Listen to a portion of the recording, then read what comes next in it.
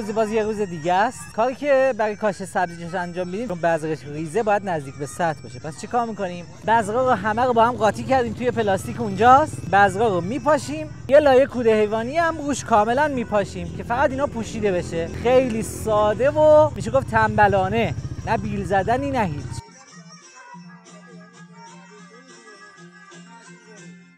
آبیاری اولیه که برای این باغچه ها باید انجام بدیم اینجوری بارونیه. درست حسابی اینو آب بدیم که اون کوره حیوانی که روی این ریختیم کاملا خیس بشه، رطوبت رو برسونه به بذرها و اونجا نگه داره. کوره حیوانی که این رو ریختیم به مدت خیلی زیادی میتونه رطوبت رو نگه داره.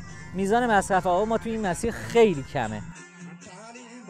خب میبینید که رنگ زمینه رو میبینید چقدر متفاوت شد با قسمت قبلی که ما داشتیم به قولی بذرها رو میپاشیدیم و اینها، مثل یک کیک کاکائویی خوش رنگ قهوه‌ای باشه.